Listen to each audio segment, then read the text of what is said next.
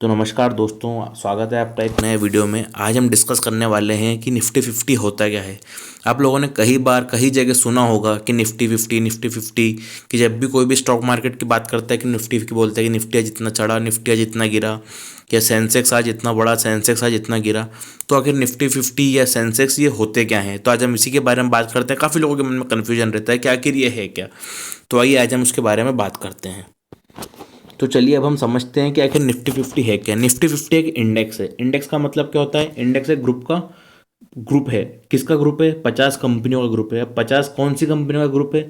जो देश की टॉप 50 कंपनियां हैं, उसको अपन ऐसे सिंपल ले सकते हैं कि जो देश की टॉप 50 कंपनियां हैं उनका एक ग्रुप है। तो अब टॉप 50 कंपनियों का क्या होता है कि टॉप 50 कंपनियां जो होती है देश की, वो अपन को एक तरह से बताती है कि अपना इकोनॉमी कैसे परफॉर्म कर रही है, देश कैसे परफॉर्म कर रहा है, कि शेयर मार्केट कैसे परफॉर्म कर रहा है। हाँ, थोड़ा बहुत ऊपर नीचे हो सकता है, बाकी ये कि ओवरऑल व्यू के तौर पे अपन अंदाज़ा लगाते हैं कि मार्केट किस तरह से परफॉर्म कर रहा है।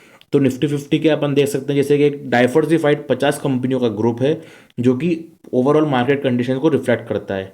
बट निफ्टी फिफ्टी को कंप्यूट कैसे किया जाता है, मतलब निफ्टी फिफ्टी को बनाया कैसे जाता है? ये बनाया जाता है फ्री फ्लोट मार्केट कैपिटलाइजेशन के मेथड से। फ्री फ्लोट मार्केट कैपिटलाइजेशन मतलब क्या होता है? पहले मतलब फ्री फ्लोट का मतलब समझते हैं पहले। फ्री फ्लोट का मतलब होता है कि सपोज किसी कंपनी के 100 शेयर्स हैं।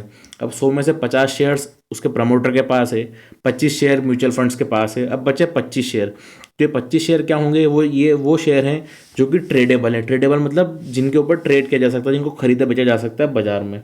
तो ये जो 25 शेयर हुए ना, ये बोलते हैं अपन फ्री फ्लोट मार्केट कैप, यानी कि उसका एक चौथाई, जैसे 100 वाले के केस में अपन बात कर रहे हैं तो ये हो जाएगा उसका 1/4 जो हो जाएगा वो उसका फ्री फ्लोट मार्केट कैप हो जाएगा। तो उसी तरह से निफ्टी फिफ्टी को बनाया गया है कि जिन कंपनीज के फ्री फ्लोट शेयर्स काफ़ी ज़्यादा हैं उनको इंडेक्स में जगह दी जाती है। ठीक है। तो निफ्टी फिफ्टी को बनाने का तरीका फ्री फ्लोट है। बट अपन इसको सिंपल वर्ड्स में कह सकते हैं कि निफ्टी फिफ्टी देश की टॉप 50 कंपनियों का ग्रुप है, वही निफ्टी फिफ्टी है। अब निफ्टी फिफ्टी इंडेक्स जो है वो एनएसई का इंडेक्स है। एनएसई मतलब नेशनल स्टॉक एक्सचेंज। एक्सचेंज क्या होता है? एक्सचेंज एक प्लेटफॉर्म प्रोवाइड करता है जहाँ पे बायर और सेलर्स खरीदी बिक्री कर सकते हैं। तो एनएसई एक एक्सचेंज है, उसी एक्सचेंज ने इंडेक्स बनाया जिसका नाम है निफ्टी फिफ्टी। ठीक है। तो अब निफ्टी फिफ्टी का क्या यूज़ है? निफ्टी फिफ्टी का सबसे मेन यूज़ तो ये है कि लोग जो पोर्टफोलियो बनाते हैं कि म्यूचुअल फंड है या बाकी चीज़ें, उसको कंपेयर करने के लिए कि हमारा पोर्टफोलियो या हमारे म्यूचुअल फंड निफ्टी फिफ्टी को बीट कर पा रहा है कि नहीं कर पा रहा है। या इंडेक्स फंड के लिए, इंडेक्स फंड आप जैसे कई बार सुना होगा कि निफ्टी फिफ्टी इंडेक्स फंड होता है। तो ये इंडेक्स फंड एक मतलब कि जो निफ्टी जितना मूव करेगा उसी हिसाब से ये फंड भी मूव करता है। ईटीएफ भी एक तरह का प्रोडक्ट है, एक्सचेंज ट्रेडेड फंड्स है ये, कि जिसमें आप इसी फंड को खरीद और बेच सकते हैं एक्सचेंज पे, यानी कि एनएसई पे। ठीक है। और स्ट्रक्चर्ड प्रोडक्ट यानी निफ्टी से रिलेटेड और भी दूसरे प्रोडक्ट्स। तो आइए अब हम आगे देखते हैं निफ्टी फिफ्टी के पोर्टफोलियो के बारे में। तो अपन ने मेथोडोलॉजी देखी, लेकिन कैसे बनाया गया है इसको? तो इसको बनाया गया है free float market capitalisation method से। ठीक है।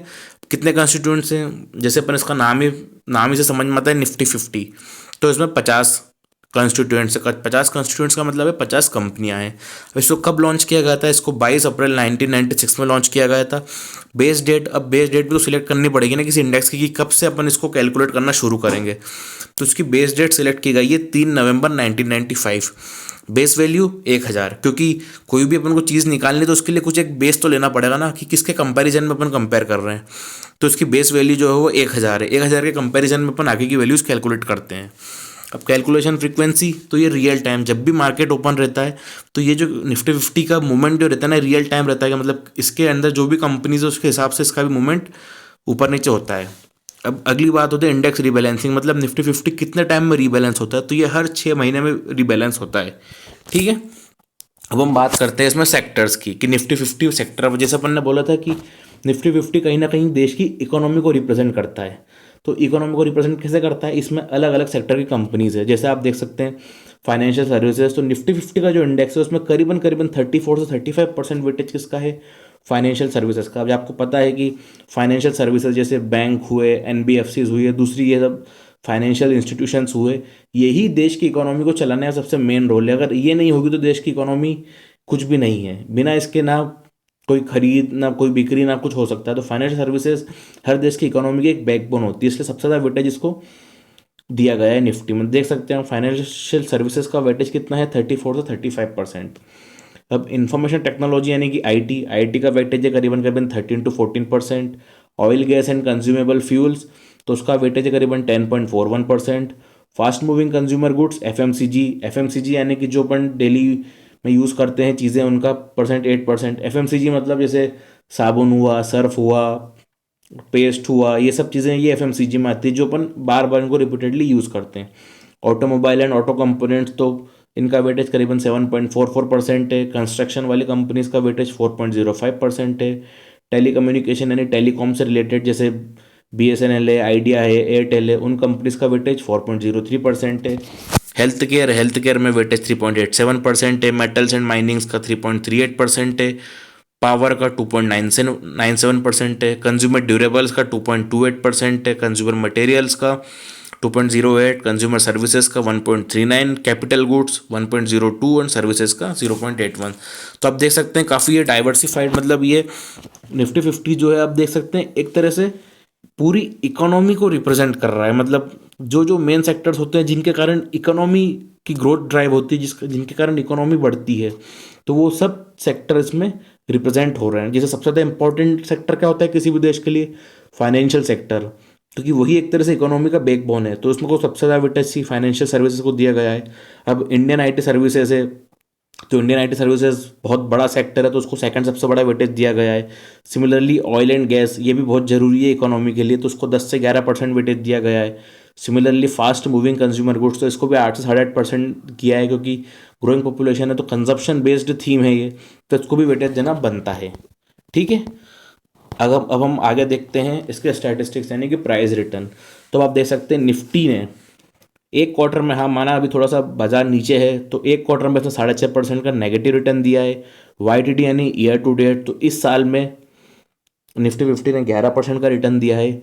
एक साल में निफ्टी 50 ने करीबन करीबन 19 से 20% का रिटर्न दिया है। 5 साल में निफ्टी 50 ने 14 से 15% का CAGR दिया है। ये ईयरली रिटर्न है।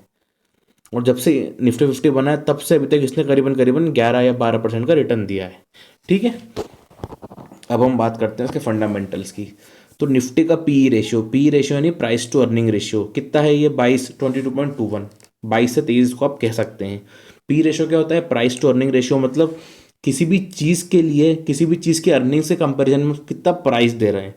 तो निफ्टी का पी मतलब निफ्टी का मल्टीपल, हम निफ्टी की जितनी अर्निंग्स है, निफ्टी की कंपनी की जितनी अर्निंग है, उसके कंपैरिजन में 22 गुना ज़्यादा पैसा दे रहे हैं निफ्टी को खरीदने के लिए। तो निफ्टी का पी रेशियो कितना हो गया? 22.21%। ठीक है।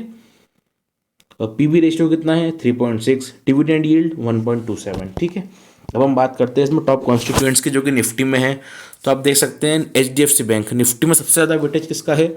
HDFC बैंक का, जो कि 12.58% है। सेकंड सबसे बड़ा वेटेज किसका है? ICICI बैंक का, जो कि 8.46% है। अब इससे अपन को समझ में आ रहा है कि जैसे अपन ने उधर देखा था जहाँ पे सेक्टर वाइज था, तो फाइनेंशियल सेक्टर का सबसे ज़्यादा वेटेज है। तो आप देख सकते हैं टॉप 2 कंपनीज का ही वेटेज करीबन करीबन 21% है, जो कि ये क्या है? फाइनेंशियल इंस्टीट्यूशन है, बैंक्स है, जो कि देश की इकोनॉमी या देश का बैकबोन होते हैं।